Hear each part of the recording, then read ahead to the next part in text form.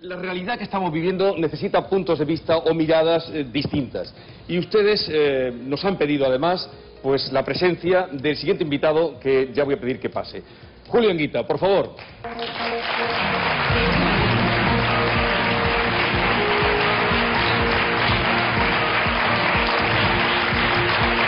Bien. Conoce a... Sí, venimos de Córdoba. Sí. Muchas gracias por estar con nosotros. Gracias. Y seguiremos escuchándole y prestando atención. Bien, Julio Anguita, ¿lo conocen? Solamente recuerdo que, quizá para los más jóvenes, hay muchos aquí además, que fue coordinador de Izquierda Unida, coordinador general de Izquierda Unida, que era un magnífico orador, que se hizo sobre todo, hizo una frase que quedó ahí lapidaria: programa, programa, programa. Decía cuando hablaban y cuando le pedían. Ahora está vinculado y activo en el Frente Cívico Somos Mayoría, en Córdoba, que se ha puesto en marcha. Buenas noches, gracias por aceptar nuestra invitación, por venir aquí. Buenas noches y gracias a ustedes. Vamos a ver en la calle qué nos dicen de nuestro invitado, de Julio Anguita, qué resaltan de él, qué conocen. Vamos a ver. De mi madre no, de Julio Anguita. De Julio Anguita creo que ahora mismo tiene un proyecto él entre manos, ¿no? Que un poco, ¿no? Para salirse de la línea política que hay en estos momentos y, bueno, que lo explicara para ver si convenzo o no. Que me explique un poco también lo que hizo los 14 años, los 13 años que estuvo de alcalde en Córdoba. ¿Qué es lo que opina del estado actual de las políticas o de los partidos de izquierda en el país, y más después de las últimas elecciones en Galicia y en el País Vasco? Pues ¿cómo arreglaría esta crisis? Que si él considera que Izquierda Unida está más desunida que nunca y que de Izquierda Unida no tiene nada. ¿Qué opina sobre la independencia de Cataluña? Si al final se va a solucionar o va a haber una independencia o qué es lo que va a pasar. Yo le preguntaría a Julio Anguita qué es lo que piensa de la situación política y de las subvenciones a partidos, sindicatos y patronal. Yo a Julio Anguita lo único que le preguntaría es que volviera, porque lo necesitamos la gente del pueblo. Yo le preguntaría a él, según él, ¿qué tendrían que hacer nuestros políticos? ¿Cómo solucionaría realmente esta crisis? Pero realmente, no utópicamente y como un cuento de hadas, sino realmente. A Julio Anguita, que por qué no vuelve a la política. Eso es lo que dice. Bien. Podríamos decir, no responda todavía al final de su intervención.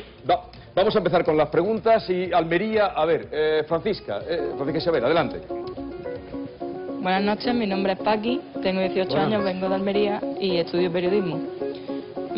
Usted en su libro menciona que el problema de España ya venía del pasado. Según su criterio, ¿cuál sería el detonante de ese problema? Efectivamente, yo mantengo que el problema actual de España no es solamente el de la crisis, sino que hunde sus razones y sus raíces hace 20 y tantos años. Si tienen ustedes tiempo, vayan a una hemeroteca y pidan el periódico El País del 20 de mayo de este año. Leerán un artículo del que fue presidente de gobierno, don Felipe González, y tiene una frase que merece estar en oro. Cuando hicimos la moneda única, se nos olvidó que... Y dice 5 cosas que se les olvidó, que son justamente las que entonces se le explicaba en el Congreso. No se podía ir a una moneda única con países tan distintos en la economía, con tantas diferencias sociales y económicas, sin un presupuesto común, sin una política fiscal común. Pues bien, cuando en España se aprueba alegremente y se vende a través de los medios de comunicación el Tratado de Maastricht, no se quiso caer en lo siguiente. Hasta entonces, cuando un gobierno necesitaba dinero, se lo pedía a su Banco Central. El gobierno español al Banco de España, el gobierno francés al Banco de Francia y el gobierno italiano al Banco de Italia. Los préstamos estaban entre el 0,5%, el 1% y a veces el 1,5%. El Tratado de Maastricht prohibió terminantemente que los gobiernos le pidieran dinero prestado a sus bancos. Y entonces, cuando necesitamos hacer carreteras, vayan ustedes a la banca privada. Conclusión: los gastos que ha hecho el gobierno español en el año 2011, si medimos lo que le hubiera costado los préstamos hechos por el Banco de España y por la banca privada, hay un diferencial de 28.500 millones de euros. Eso fue Maastricht. Pero Maastricht fue también otra cosa. Maastricht, y después lo ratificó el Tratado de Lisboa, prohibir los paraísos fiscales. Los prohibió que se prohibieran. Y en tercer lugar, el Tratado de Lisboa plantea que los Estados deben invertir en armamento. Dos datos. El Estado griego es el que más gasta porcentualmente en armamento de toda la Unión Europea. Y además, en España, hace poco tiempo, en el gobierno de don José Luis Rodríguez Zapatero, se hizo un gasto de casi 30.000 millones de euros en armamento, en un armamento que ahora no se puede pagar, entre otras cosas, porque el alto mando militar dice que no sirve absolutamente para nada. Ya está dicho. Lo dejamos ahí. Y tiene muchísimas preguntas pendientes, Julio. A ver, Granada, Luis, adelante. Julio, buenas noches. Buenas noches. Soy Luis, como ha dicho Jesús, soy empresario de Iberlandia y le quería preguntar una pregunta muy directa. Usted ha comentado que España es un país para chorizos, políticamente hablando. Mi pregunta es si tienen nombre esos chorizos.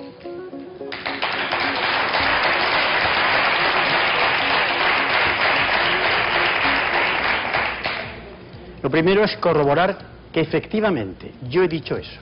Y lo agradezco. No me oculto. Ahora bien, por no utilizar términos gruesos, yo prefiero que hablen los datos.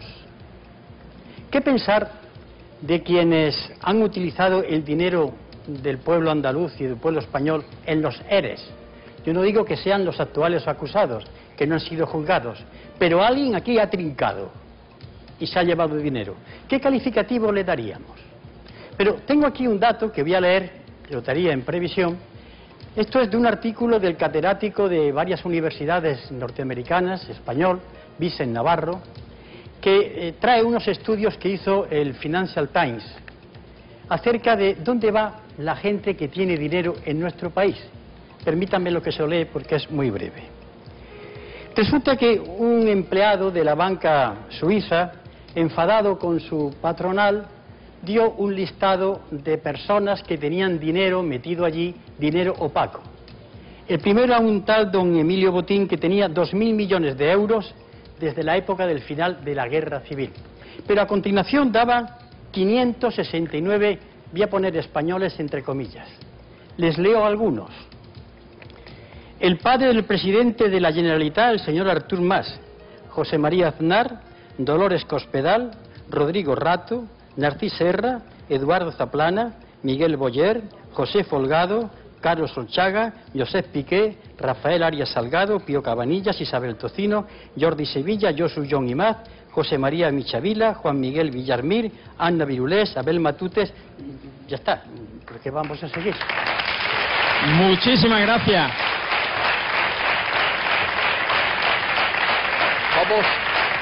Vamos a Jaén.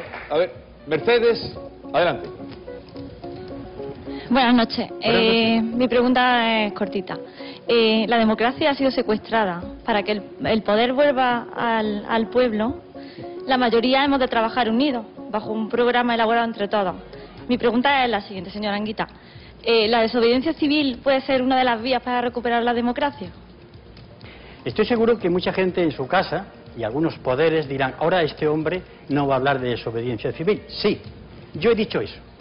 Y además lo he recomendado. Ahora bien, ¿en qué términos? Porque cuando yo hablo suelo ser una persona que medita mucho sus palabras.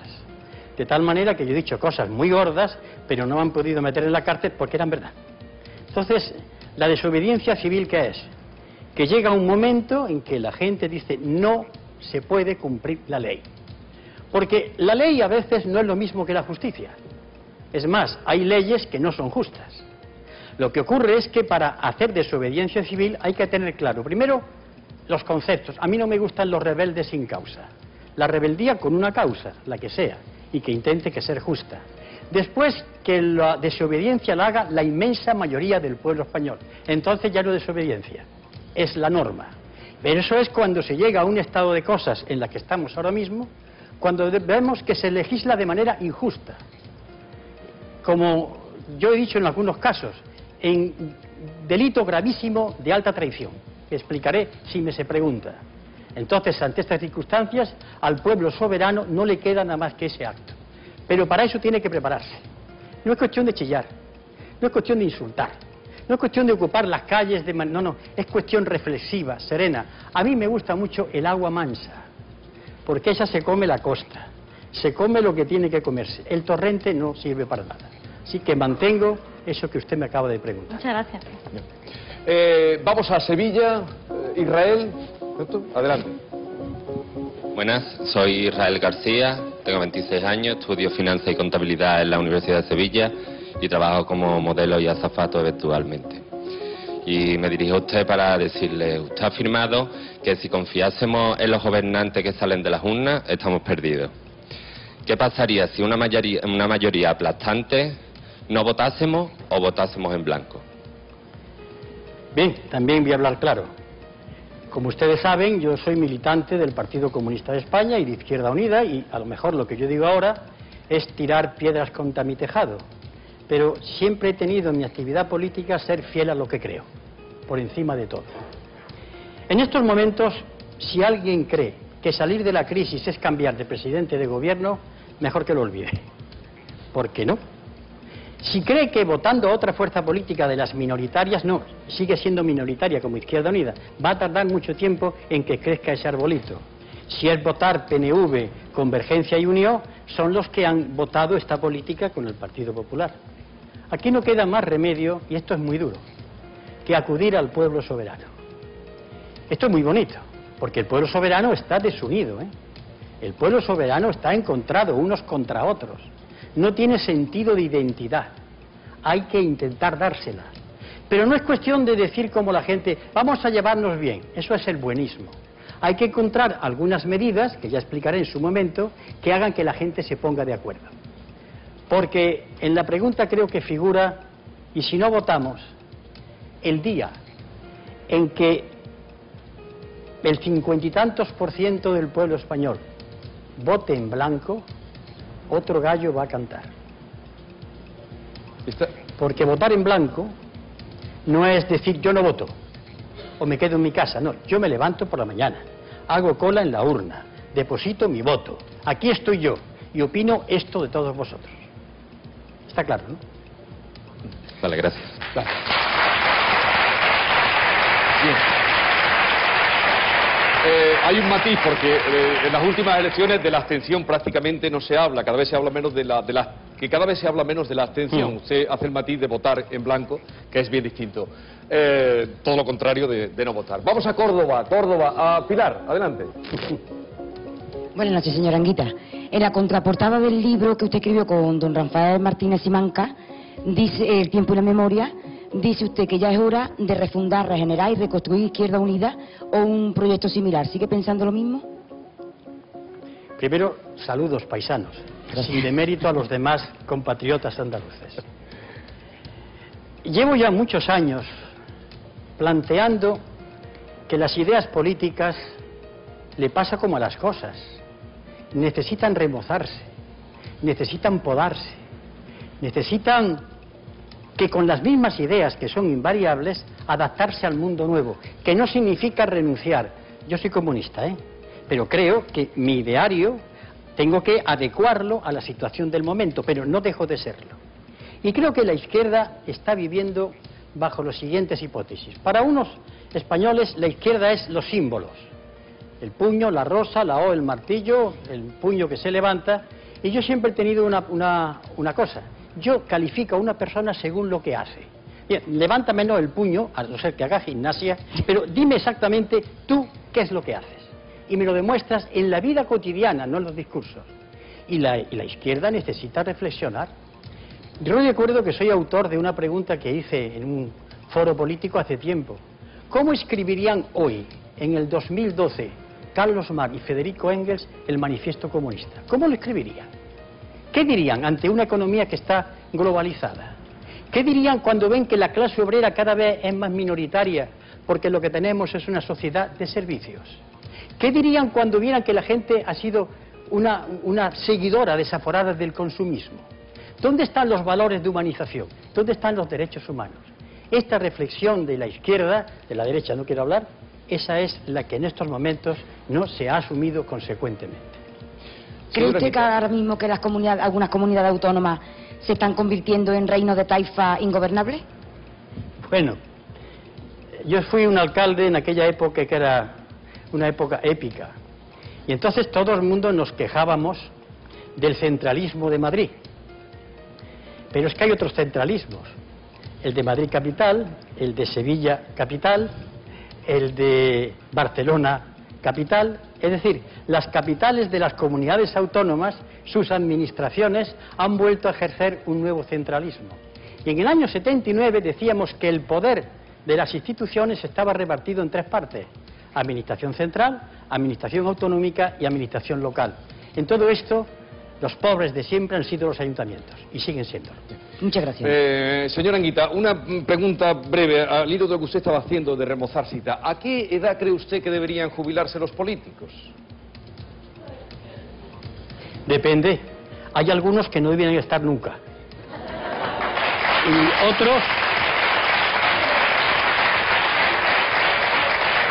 Claro, cuando yo hablo de política, le acabo de decir a la siguiente compareciente, yo hablo siempre de la política desde mi concepción de la política griega. Doy argumentos. Yo he sido en mi vida un profesor que en un momento determinado militó en un partido clandestino, me encontré hecho alcalde de Córdoba y aquello empezó a crecer. Pero nunca olvidé mi profesión. El político es el que sabe que la política sola es una cosa, ¿qué diría yo?, empobrecedora. La política es la economía, la política son las bellas artes, la educación, la cultura. Todo eso es la política. Y en la medida que el político tenga ideas, porque en política también se crea, hay creación, y que la gente le pueda servir a la gente, pues ya lo jubilarán. No hay edad para eso, no hay edad. Pero para el resto de profesiones y actividades sí hay edad. Hombre, claro que tengo alguna edad, pero sobre todo porque la gente se lo merece. Granada, vamos a ver. Claudia, adelante. Hola, soy Claudia de Granada, soy masajista en paro y mi pregunta es muy facilita. Hace poco escuché que presentó un frente cívico que se llama Somos Mayoría y me gustaría saber en qué consiste o qué es lo que usted nos propone. Yo diría que es la última aventura quijotesca de mi vida. Ya con la edad que tengo, digo, el último esfuerzo. Conecta con la pregunta que antes me hicieron. Ante la situación tan grave, no saben ustedes lo grave que está, no queda más remedio que apelar a la gente. Somos mayoría. ¿Quiénes somos mayoría? Los que estamos parados o tenemos un hijo en paro. Yo, por ejemplo, para empezar. Las mujeres que las han echado del trabajo porque se han quedado embarazadas. Los que cobran mal, tarde y nunca, echando horas extraordinarias. Lo más grave, la juventud que no tiene porvenir. Esos somos los afectados. Ahora, esa mayoría no está unida. ¿Qué va? Es más, dentro de esa mayoría se da un estado de opinión que dice, hombre, es que hemos vivido por encima de nuestras posibilidades. ¿Tú? ¿Has vivido por encima de las posibilidades? Entonces, ¿el señor Rodrigo Rato qué? ¿Tú eres como el señor Rodrigo Rato? Bueno, ¿cómo ponemos de acuerdo a la gente? Y yo no puedo ponerlas de acuerdo con discursos políticos. Yo no puedo decirle a la gente, ¿haga usted del Partido Comunista o de Izquierda Unida? No. Yo tengo que decirle, ¿qué te parece, compañero? Y cojo mi carnet, no lo tiro, lo dejo ahí. Ya desnudo de ese carnet provisionalmente, desnúdate tú de tu visión negativa de la política. ¿Qué hacemos? ¿Qué hacemos con la agricultura, con la ganadería? ¿Qué hacemos con los pantanos? ¿Qué hacemos con la moneda única? Eso es lo único que podrá unir a la mayoría, un programa. Si eso no la une, es que es imposible. Eso es el Frente Cívico. Muchas gracias. Bueno, vamos ahora a Huelva, que todavía no... A ver, hermano, José María, venga, adelante, José María. Hola, buenas noches, señora Anguita. Me llamo José María Fernández, soy empresario, estoy casado, tengo 2 niños y una niña en camino. Mi pregunta es la siguiente. Como sabrá, en la última encuesta del CIS, la clase política, los partidos, eran el tercer problema más importante para los españoles. Los 2 primeros eran el paro y la situación económica. Para esos 2 primeros, se han tomado muchas medidas, muchas reformas, sin mucho éxito, pero se han hecho mucho esfuerzo legislativo. Pensar que la clase política va a legislar contra ella misma es ser muy inocente, ¿verdad? Bastante. Pero quisiera hacer una apreciación, una matización. Cuando decimos clase política, estamos metiendo en el mismo saco a gente muy variada. Yo he dicho que no soy clase política, soy político de otra clase. Que hay muchos, que hay muchos. Por tanto, no se me puede meter a mí o cualquier otro, todos en clase política. Hay quien vive como un rajá y hay quien vive dignamente. Hay quien no tiene nada que avergonzarse y hay quien tiene que tapar muchas cosas. O sea que estamos muchos y muy distintos. Lo que sí ocurre es que pedir que las oligarquías políticas que están en conexión con la banca y los poderes económicos, ahí voy al meollo, pedirle que se haga el harakiri es soñar. O sea, que hay que ayudarles a que se hagan el harakiri. Y hay que hacerlo serenamente, pacíficamente. Pero como dije antes, como el agua que va creciendo suave. Eso es el movimiento ciudadano. Que sea movimiento de verdad. Repito, yo soy para eso, no me gusta la algarada. Hay que salir a la calle, se sale. Pero sin chillar, sin gritar, con una idea muy clara. Es lo único que sea posible hacerlo. Porque naturalmente nunca ninguna oligarquía se ha matado a sí misma. Ha habido que decirle tranquilamente, muchachos, iros a vuestra casa o en algunos casos ir a vuestra cárcel que os está esperando. ¿Quiere usted decir, señor Anguita, que la política ha pasado de moda? No, al contrario. La política es algo que nunca pasará de moda mientras haya seres humanos. Porque 2 o 3 personas que estén en la plaza de un pueblo hablando, pues yo quiero que la fuente se ponga allí. Yo pienso que los jardines están hablando de política sin saberlo. Le pasa como a Lavaro de Molière, que hablaba en prosa sin saberlo. Claro, ¿qué ocurre? Que lo que hoy se entiende por política, a mí a veces me avergüenza también. Porque cuando no veo que no hay ninguna propuesta, ni un programa, sino todo es fulanito es tanto, pues el tuyo más, eso no puede ser política. Y cuando veo, y tengo que decirlo con todo el dolor de mi corazón, que no se lee, que no se reflexiona, estamos todos metidos por la prisa. Hay que responder enseguida a los medios de comunicación. Y la política es un arte agrario, un arte de agricultura. El terreno tiene que ser arado, roturado, tiene que ser sembrado, tiene que ser regado. La política son medidas en el tiempo. Y no este continuum totum revolutum, que es una especie de actuar como un dominguillo, pero no como un político. Málaga, que yo no hemos ido esta noche todavía. A ver, José Alberto, adelante. ¿Qué cantidad de gente joven tenemos entre el público? Es fantástico. Hola, buenas noches. Me llamo José Alberto, soy estudiante de Comunicación Audiovisual en Málaga. Y bueno, soy paisano suyo, pero la mayor parte del tiempo lo he pasado en Málaga. Y bueno, mi pregunta va un poco relacionada con lo que usted estaba hablando ahora mismo. Y es la siguiente. Si un genio de la lámpara le concediese el poder de cambiar 3 reformas sobre la política de actuación del gobierno para salir de la crisis, ¿qué 3 reformas serían? Les voy a complacer, pero no van a ser 3, van a ser más, muy concretos. Señor Anguita. Sí, no, pero usted está viendo que estoy contestando muy concreto. Va usted muy... Lo que pasa es que antes de entrar en la pregunta tengo que hacer 2 reflexiones. La primera, que estamos en una situación gravísima, de emergencia. El barco se hunde. Miren ustedes, la deuda no se puede pagar nunca. No se puede pagar nunca. ¿Quién paga 4 billones de euros? ¿De dónde va a salir? En segundo lugar, el problema del paro es tremendo. Vale, pues hay uno que es todavía peor. Que el 57% de los jóvenes de España no tengan futuro, eso es la muerte de España.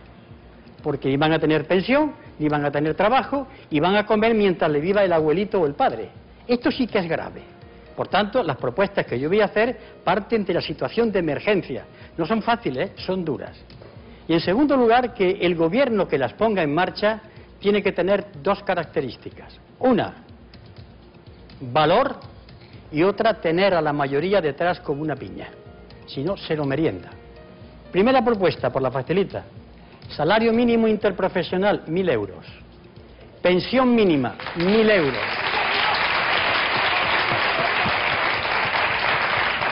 Tercera, y aquí habría un debate con el profesor de Economía.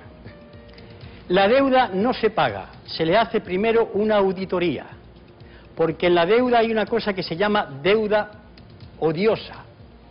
Si hemos gastado dinero, las administraciones públicas, para hacer pantanos, carreteras, ferrocarriles, bueno, y ya veremos cómo se paga, porque los intereses son tremendos. Pero la deuda para reflotar banca no se paga. He sido claro, ¿no? Y estoy tomando el ejemplo del señor Correa, presidente de Ecuador. Pero claro, a continuación, y ligando con la primera, tengo que hacer una reforma fiscal. Aquí hay que pagar. Y quien tiene, tiene que pagar. Y aquí hay que pedir a sangre y fuego a la economía sumergida, a los que escamotean impuestos. Y a continuación, si que estamos diciendo que no se puede echar a la calle a alguien que no ha pagado la hipoteca, eso se llama nacionalizar la banca. Y que nadie se asuste. El gobierno actual la ha nacionalizado. Eso sí, para sanearla y después dársela a sus dueños. Y aquí decimos, bueno, Santa Rita, lo que te quite no se da. ¿Por qué? Porque estás demostrado lo que tú has hecho. Y una medida muy importante, ya van más de 3, y sería muy sencilla para visualizarla. Usted imagínese que van a comprar una lechuga o 1 kilo de tomates, y en un tomatito tiene el tendero puesto lo siguiente: este tomate se lo pagaron al agricultor a tanto, y aquí lo venden a tanto. Verán ustedes que el precio se ha disparado. Esos canales de comercialización hay que sanearlos. No puede ser que el agricultor cobre tan poco y que en el mercado valga tanto. Esta medida que estoy proponiendo se ha intentado proponer y el gobierno no ha querido. No ha querido que los españoles sepan la diferencia entre el precio en origen y el precio en el mercado. Ya tiene usted más de 3. Ya, lo dejamos ahí. Vamos a Almería. A ver, Francisco. Adelante, Francisco. Buenas noches, señora Anguita. Me llamo Paco. Paco Luque, vengo de Elegido, Almería. Y usted ha hablado antes... ¿Cómo? ¿Que de dónde salen muchos tomates? Precisamente, estaba hablando del tema y sabemos un poquito allí. Usted ha hablado antes del tema de la traición, precisamente, ¿no? Sí. Se supone que España ha cambiado la Constitución, a instancias de Merkel, a instancias de Alemania, precisamente para pagar la deuda y el tema del rescate. Y usted habló de traición y habló de que Zapatero y Rajoy han cometido ese delito. Mi pregunta... ¿Usted no cree que sus palabras son desleales para con los ciudadanos y para la situación económica que vive España en este mismo? ¿Y qué solución pondría usted? Muchas gracias. Las soluciones las acabo de decir. De modo que, en cuanto al concepto de deslealtad, la deslealtad es decirle a la gente una mentira. Pero cuando al pueblo se le dice la verdad, aunque a veces el pueblo no le gusta que se la digan, yo he calificado de delito de alta traición y me voy a ratificar y lo voy a explicar. Cuando unos gobernantes tienen a su pueblo en la situación que está, cuando hay gente parada que no tiene subsidio, cuando hay gente que están echando, cuando la juventud no tiene porvenir ninguno y un largo etcétera, resulta que se cambia la Constitución con una cláusula que dice que pagarle los intereses de la deuda a los bancos alemanes es lo prioritario. Es decir, el poder político español a sus ciudadanos le dice que la educación, que la sanidad es lo último a pagar. Primero hay que pagarle a la banca. Eso se llama delito de alta traición. No lo puedo retirar. Mantengo la acusación. Pero...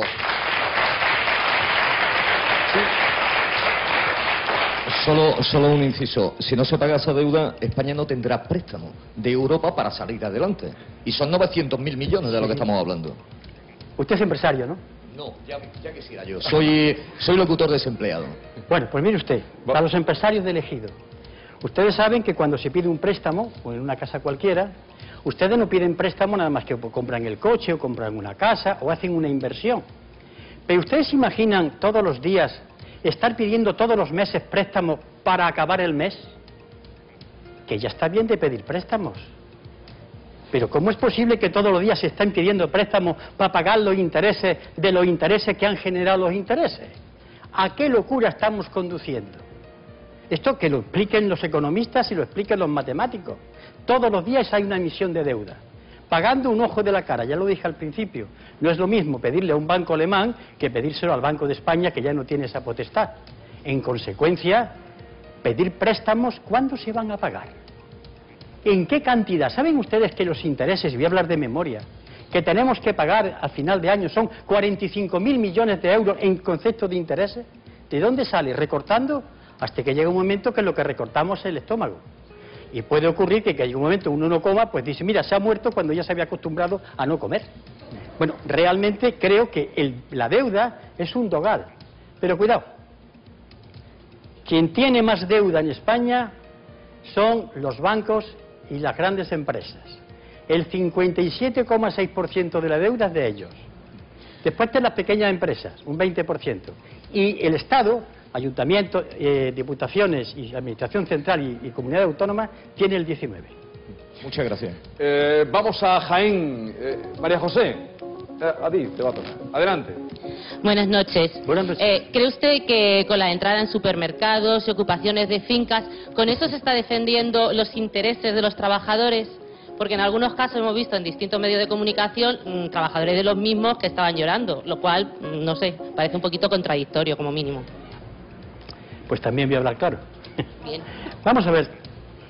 Al principio eso puede ser escandaloso, pero a mí me produce más escándalo cuando veo a compatriotas míos pegarse por coger los restos que tiran las puertas traseras de los supermercados. Que hay programas de televisión que lo están viendo, ¿eh? Gente que se pega, y algunos de ellos han cogido y han acaparado y le han revendido a los menesterosos. Eso sí que es grave. Se referirá usted a lo que pasó aquí en Andalucía y en Extremadura. Mis compañeros, y yo les apoyé en ello, lo que hicieron fue demostrar con ese ejemplo en qué situación se estaba. Que una trabajadora resultó o insultada o agredida, eso es un accidente que yo lamento muchísimo. Pero más lamento los accidentes de la gente que se va a su casa sin comer.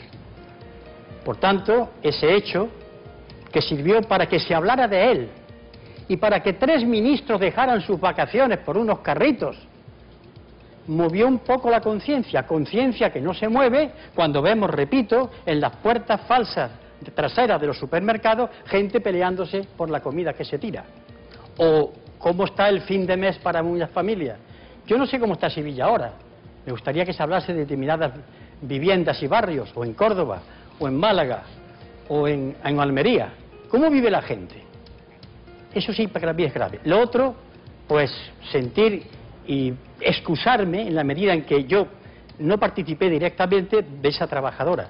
Pero yo me mantengo, me ratifico y apoyaré todas esas medidas que signifiquen darle a la conciencia de los españoles el sentido de la realidad.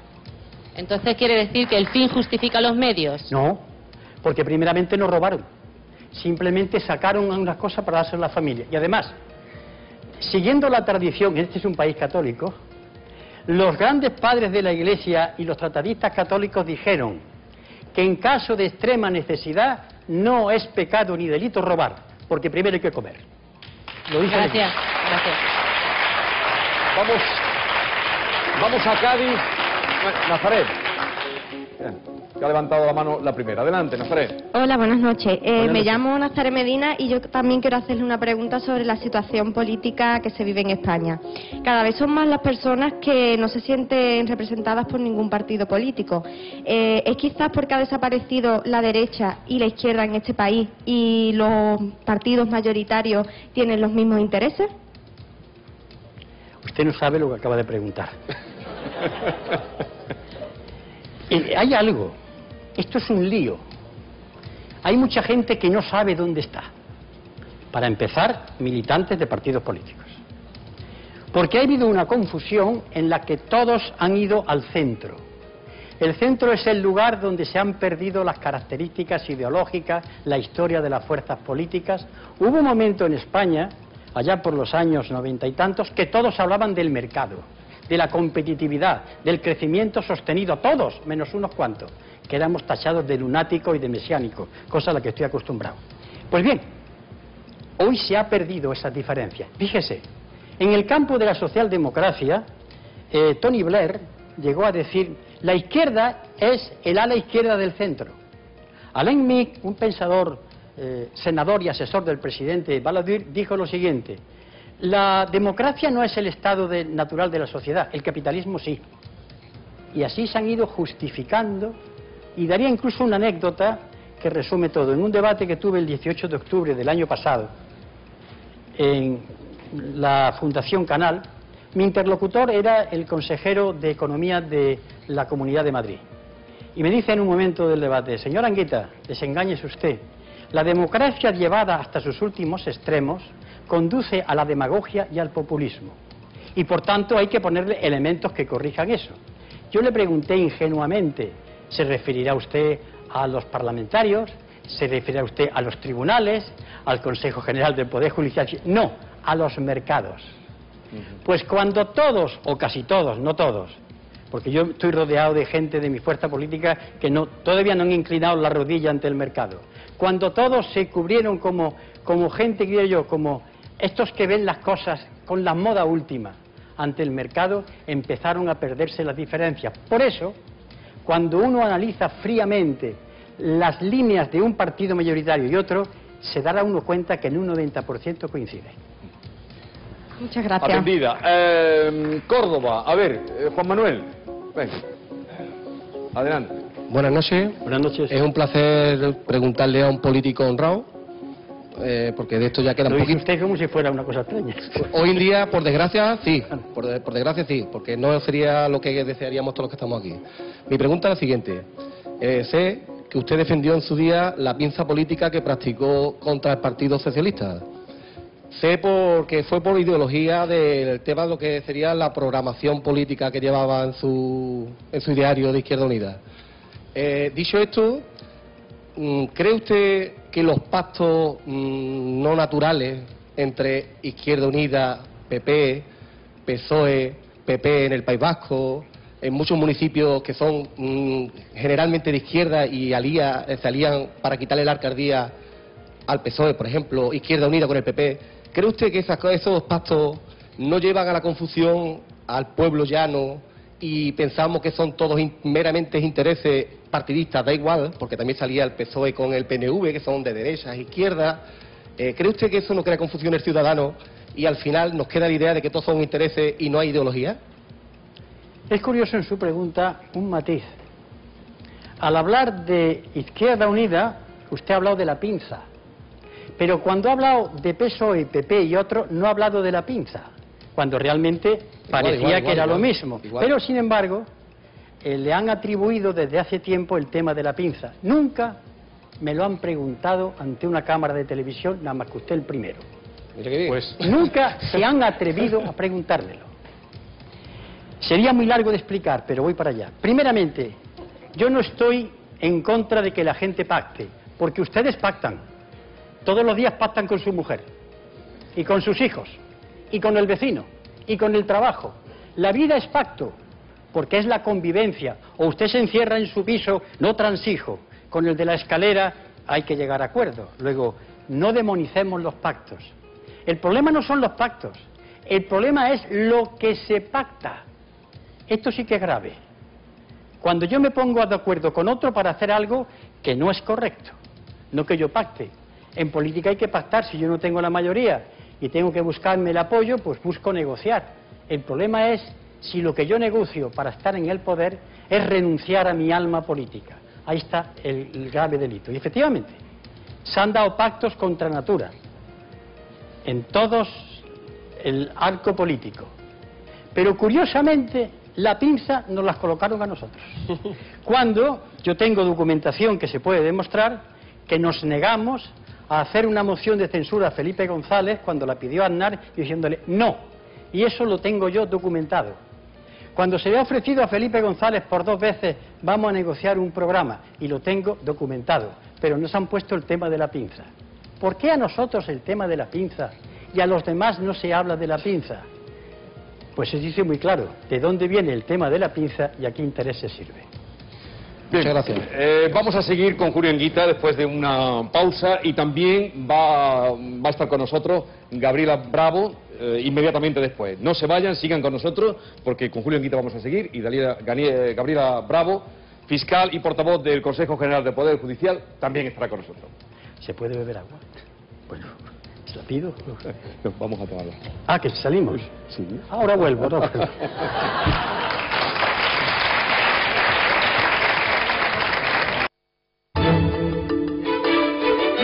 Creo que debería ser mucho más severa, creo que las penas tendrían que ser mucho más estrictas.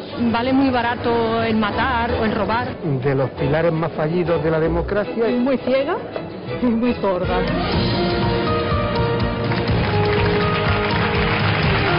Seguimos en Pido la Palabra. Son las 12 menos 19 minutos, estamos en directo y quiero en este momento agradecer a toda la gente que nos sigue, muy agradecidos, pero especialmente al público joven que se está animando con nuestro programa, así como a todos los que vienen, que con toda la que estaba cayendo hoy han venido de Almería, vienen cada día de Almería, de Granada, para preguntarle a usted en este caso. ¿De verdad que no le habían hecho preguntas como las que le han hecho hoy aquí? Tan directas no. Por ejemplo, aquí se me han preguntado es lo de la pinza. Nunca. No se han atrevido, porque ahora tengo documentación, salvo usted, y se lo agradezco. Pues porque el que está aquí le gusta que le hagan preguntas provocadoras, no se crece.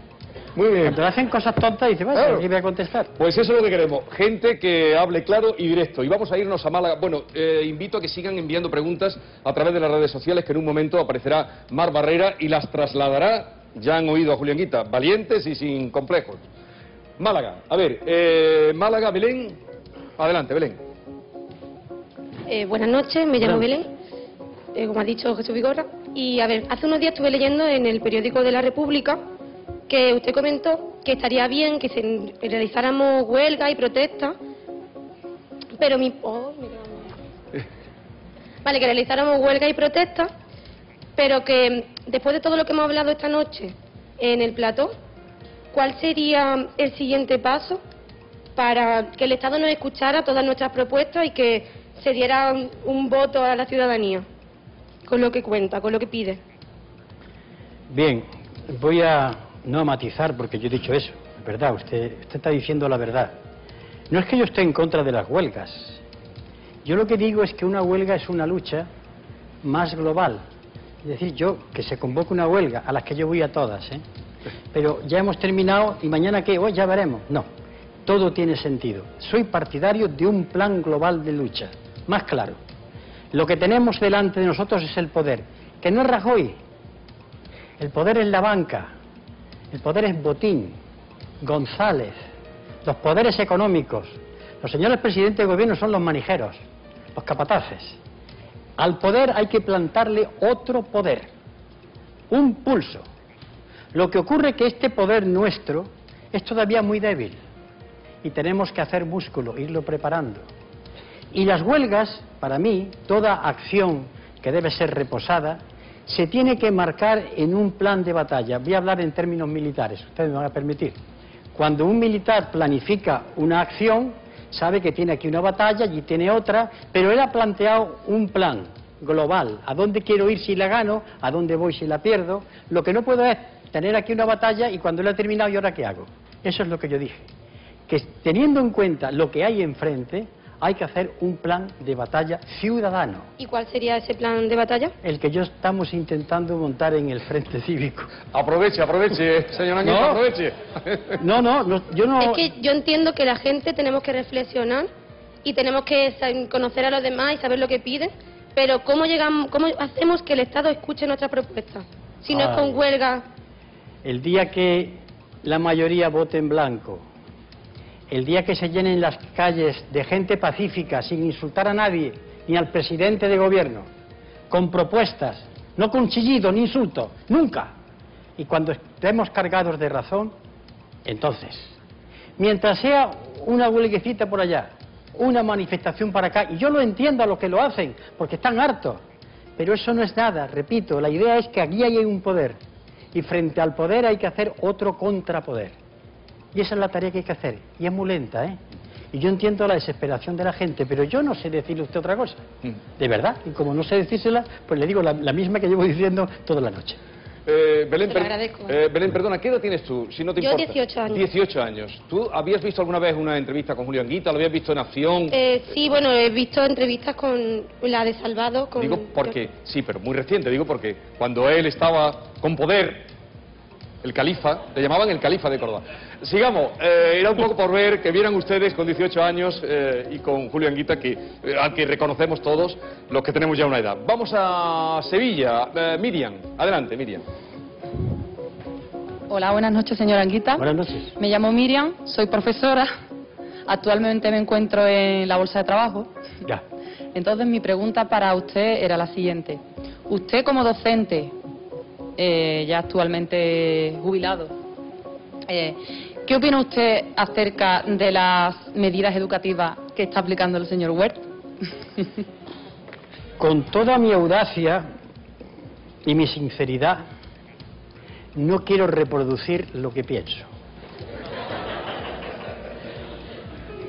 Hay una primera parte en la literatura del proyecto que llama la atención porque utiliza expresiones razonables, ponderadas, pero todo lo que viene a continuación va caminando hacia un sitio: el predominio de la enseñanza privada sobre la enseñanza pública. Y no es una cuestión de derechas o izquierdas, nos equivocaríamos. Es una cuestión de enseñanza de calidad o no de calidad. Y no es que yo crea que los profesores de la privada no tengan calidad, sino que se rigen por los criterios de ganancia, el centro en cuestión. Así que el profesor o el ministro Wert sigue esa línea política que es la que está imperando en Europa. En ese sentido es un buen ministro para los intereses a los que sirve. Estoy totalmente de acuerdo con usted. Muchísimas gracias. Bueno, yo no sé, señor Julio Anguita, si cuando termine el programa se va a llevar usted a todos, como Hamelin, a todos los que están aquí, porque los veo con esas caras, los veo con esa mirada que no sé qué pasará. En todo caso me los llevaría a tomar una copa, pero no para hablar de política. Bueno, no diga usted muy alto, a ver qué pasa. Vamos a Cádiz. A ver, Cádiz. Javier, venga, adelante. Buenas noches. Buenas noches. Fijándome en una entrevista que le dio usted hace poco, usted, y cito con palabras textuales, dice que la Constitución española es el documento más ultrajado, pero ¿cómo decía? Ultrajado, pisoteado y menos cumplido. Y mancillado, hallado yo. Y mancillado. Sí. Yo me pregunto, viendo los hechos que han pasado últimamente, ¿realmente sirve para algo? ¿O queda muy bonito el vendernos que estamos amparados bajo la Constitución española? Bueno, eso de que estamos amparados, nos dicen, es un decir. Es lo mismo que si uno compra un paraguas con agujeros. Dice, me resguardo de la lluvia, dice. Vamos a ver. Primeramente, ¿por qué yo dije eso y lo sigo manteniendo? ¿Ustedes qué opinan de un país donde la Constitución, en el artículo 67, creo que es, dice que el rey tiene que jurar la Constitución y su majestad Juan Carlos I todavía no lo ha hecho? ¿Ustedes qué opinan de un país donde el artículo 31 de la Constitución dice que los impuestos deben ser progresivos, dicho en cristiano, que deben pagar más los que más tienen? En España es totalmente al revés. ¿Ustedes qué opinan de un país cuya Constitución dice el artículo 35 que hay derecho al trabajo? ¿O del 47 derecho a una vivienda digna? ¿Sigo? No. ¿Qué opinaríamos? Pues bien, lo que ocurre, el drama, no es solamente lo que estoy diciendo, es algo peor. Si hoy cogieran ustedes la Constitución española, tan ultrajada, tan mancillada, nadie le hace caso, los poderes menos, y le dicen ustedes al presidente de gobierno, este o a otro, cumple esto, harían como Drácula cuando ve una ristra de ajo. ¿Qué ocurre? Cuando un poder es incapaz de cumplir la legislación que dice que hay que cumplir, ese poder ya está fuera de órbita. Por eso yo he dicho que la Constitución es un trapo, no lo cumplen nadie, y ellos menos que nadie. Pues, y a pesar de eso digo que la Constitución tiene artículos, en concreto el título séptimo, que habla de economía, desde los artículos 128 a 131 creo, le voy a decir uno. Toda la propiedad del país, sea cual fuere su titularidad, está subordinada al interés general. ¿Qué quiere decir? Que los que tienen dinero y demás, el dinero está al servicio de la mayoría. Sí. Qué risa, ¿verdad? Escuchar esto ahí. Claro. Pues lo dice la Constitución, pero claro, no se cumple. Y así hay una ristra de artículos que en estos momentos están siendo marginados, están siendo olvidados. Por ejemplo, sindicalistas y alguno, ¿qué es eso de los convenios colectivos? Que tienen fuerza de ley, carácter vinculante, si ya nadie hace caso de los convenios colectivos. Eso está en la Constitución, no me lo he inventado yo. O sea que al final no sirve para nada, queda muy bonito el título, pero realmente servir. Es que si yo hablase de la Constitución que quiero, pues diría la Constitución de la Tercera República, pero estamos hablando de esta, que es de la monarquía constitucional, no hay otra. Ojalá otro día haya otra. Muchas gracias. Vamos a Málaga. Málaga, Alejandro, adelante. Pero levanta la mano sin miedo. Buenas noches, señora Anguita. Buenas noches. Yo quería hacerle una pregunta un poco menos amable que la del resto de mis compañeros. Quería preguntarle si es posible que a día de hoy se sigan llamando señores de la izquierda quienes gobiernan en Cuba, en China, en Rusia o quienes se posicionan al lado de Chávez en Venezuela. Primeramente, por método científico vamos a empezar a separar. No mezclemos churras con merinas. Pensar que son de izquierdas los de China es ya pensar mucho. Tienen el nombre de Partido Comunista, pero no tienen nada de comunistas. Es un capitalismo de Estado. O sea, que la política china es del capitalismo, no del Partido Comunista, aunque sea el partido que está gobernando. En cuanto a Chávez, es otra cosa distinta. Distinto a los demás, por cierto, que yo me alegro cada vez que gana las muchas elecciones que ha ganado limpiamente. Ahora bien, usted me habló de la Unión Soviética y de Cuba. Bueno, y de Cuba, ¿no? Sí, de Cuba. No. Vamos a ver. Cuba, un país dominado por la dictadura de Batista, hay un levantamiento, entran los barbudos y colocan una política que intenta ser justa. Inmediatamente, y hasta el día de hoy, Estados Unidos, saltándose todas las normas de la legalidad internacional, decreta el bloqueo. Es más, todos los años, la Asamblea General de las Naciones Unidas condena a Estados Unidos, que solamente tiene el apoyo de Israel, porque el bloqueo es ilegal, a todas luces. Y allí hay errores, hay dificultades, a veces lo están pasando muy mal, pero desde luego tienen algo que es haber sabido defender su dignidad, y errores. Pero, y hambre, señora Anguita, tienen hambre también en Cuba, mucha. Hay hambre no. Bueno, en Cuba no hay hambre. Le hablo de mi experiencia personal, ¿no? Y yo le hablo también, que conozco Cuba. Hablo que allí hay necesidades, hambre no. Y en todo caso, para que lleguen alimentos, digámosle a los americanos que no se salten la ley y permitan que haya un libre comercio. Cuba tiene uno de los mejores yacimientos de níquel que hay en el mundo. No lo pueden abrir, no pueden comerciar con ellos. Y un largo etcétera. Y en cuanto al otro, la Unión Soviética, mire, la Unión Soviética cometió muchos errores. La Unión Soviética fue un régimen autoritario, pero ya está bien de que los comunistas, sobre todo los que no hemos ido a la Unión Soviética, estemos entonando en mea culpa. Mire usted, junto a los errores y a veces horrores, los rusos comieron por primera vez con los comunistas, tuvieron educación con los comunistas, tuvieron sanidad con los comunistas, aparte de sus errores y de sus horrores. Y por tanto yo cuando tengo que confesar errores, los confieso con humildad, pero no le tolero a nadie que me dé lecciones, ni menos los Estados Unidos, genocidas en Hiroshima y Nagasaki, y que en estos momentos están controlando la economía del mundo, ni aquellos sistemas que permitieron que 1,5 millones de comunistas fuesen ejecutados en el año 65 en Indonesia, sin que nadie moviese las manos. Por tanto, las acusaciones que yo las asumo, pero me gusta hacerlas en el contexto. ¿Cómo estamos? ¿Cómo estás tú? ¿Cómo estoy yo? Y a partir de ahí, aquí hay un comunista que confiesa errores cometidos en nombre, pero también me siento orgulloso de las cosas magníficas que hemos hecho. Muchas gracias. Alejandro. Bien. Vamos a Huelva. A ver, Huelva, María, adelante. Hola, buenas noches, señora Anguita. Buenas noches. Bueno, mi pregunta es más bien corta. Yo quería preguntarle, si usted volviera al Parlamento, ¿cambiaría usted la actual ley electoral y en qué términos la cambiaría? Si yo volviera al Parlamento sería un milagro. Pero en la hipótesis de Fátima o de Lourdes, lo primero que yo haría, yo no puedo cambiar nada si no tengo la mayoría. Para cambiar las leyes hay que tener mayoría. Por tanto, si yo voy al Parlamento, si no es acompañado de compañeros míos, pues estoy allí de guitarrista o de pianista. Por tanto, yo solo no puedo hacerlo. Es que la ley electoral hay que cambiarla antes. Yo he sido diputado por Madrid y detrás de mí había 250.000 madrileños.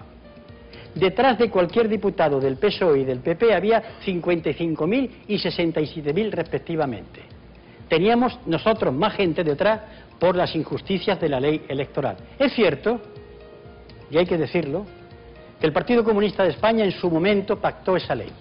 Se equivocó en otros tiempos, porque esa ley es perjudicial para las minorías. Ejemplo, ustedes saben que hace unas cuantas elecciones en Cataluña, el Partido Socialista de Cataluña tuvo más votos que Convergencia y Unión, pero tuvo menos diputados. Esta locura que viene, es muy normal que esto ocurra, que quien tiene más votos tenga menos diputados.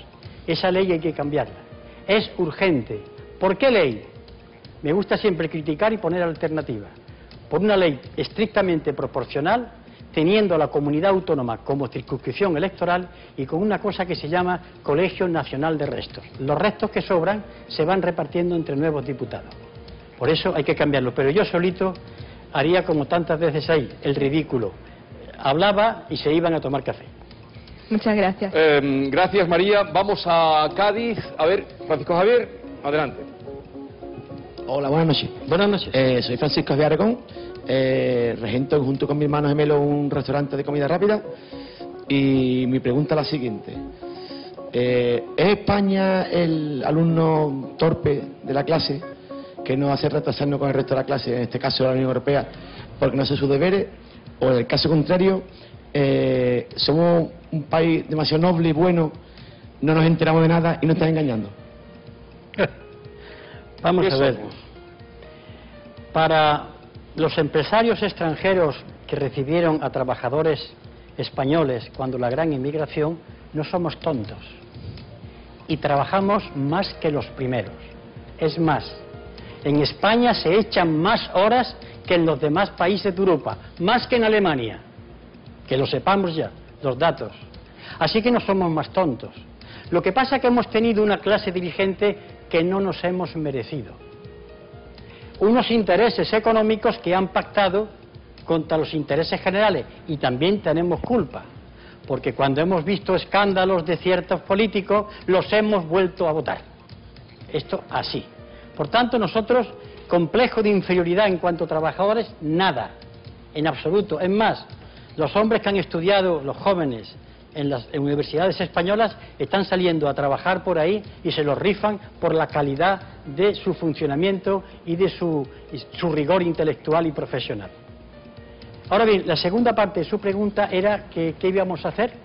No, si éramos el alumno, digamos, torpe de la clase, o nos están dando coba, o estamos aquí que no nos enteramos de nada. No, ya que estamos nos están dando chicuelina, gaonera, manoletina, derechazo, izquierdazo, pases de pecho, y nosotros embestimos tontamente.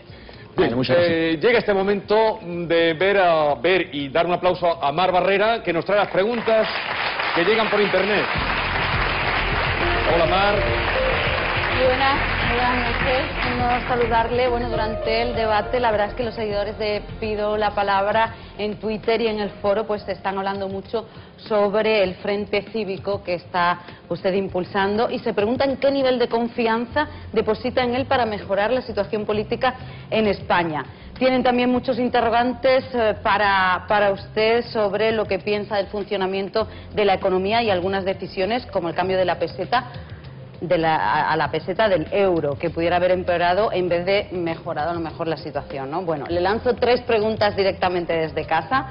Desde Twitter hay un seguidor que recuerda aún sus palabras de un mitin de 1993 en el que usted decía: tenemos lo que nos merecemos. ¿Sigue pensando lo mismo? Yo la modificaría. Tenemos lo que os merecéis. Determinada gente. ¿Por qué digo lo que os merecéis?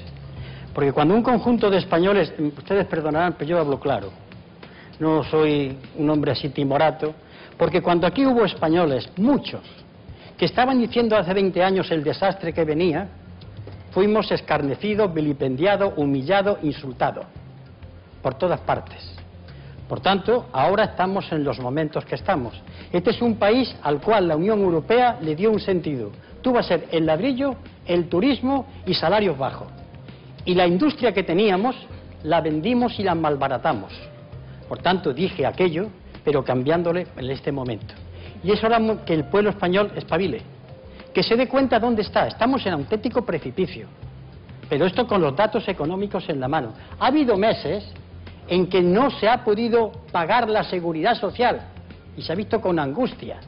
Esto es un país que puede estar en un momento de la bancarrota. Otra pregunta. Una segunda pregunta. Con el paro que hay en España, se pregunta un usuario, ¿por qué hay tanta mano de obra extranjera en los campos andaluces? Bueno, miren, siempre me tendrán enfrente los que usan la patria contra gente que viene a trabajar de otro sitio. No acepto ese discurso. Español, contra muchas comillas. Porque no veo que se metan con los españoles, Julio Iglesias, los futbolistas de La Roja, que cogen y ponen su dinero donde no pagan impuestos. Quiero que se dirijan a esos españoles. Gracias a los emigrantes, la seguridad social ha podido subsistir más de 15 años. Gracias a esos que han venido de Ecuador y del Perú. Datos del Ministerio de Economía, estoy dando. Gracias a ellos. De modo que lo que hay que hacer es buscar trabajo para todos. Y si vienen y podemos admitirlos, vale. Pero yo jamás echaré a alguien, nadie, fuera, cuando los nuestros tuvieron que mendigar un trabajo en Alemania. No se me olvida. Y la tercera y última pregunta. ¿Cómo explicaría que un país que rescata bancos, estos continúen con los desahucios?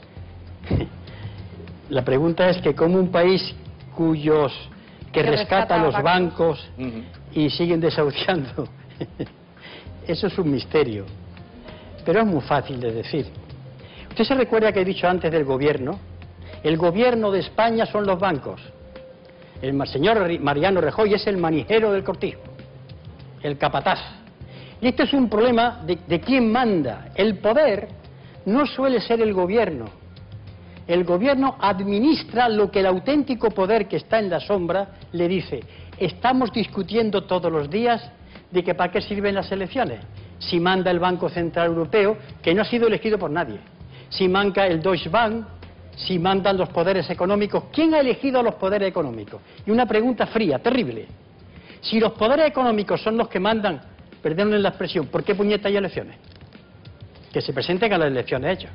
Este es el problema que tenemos. Bueno, lo dejamos aquí porque para hablar precisamente, para seguir hablando...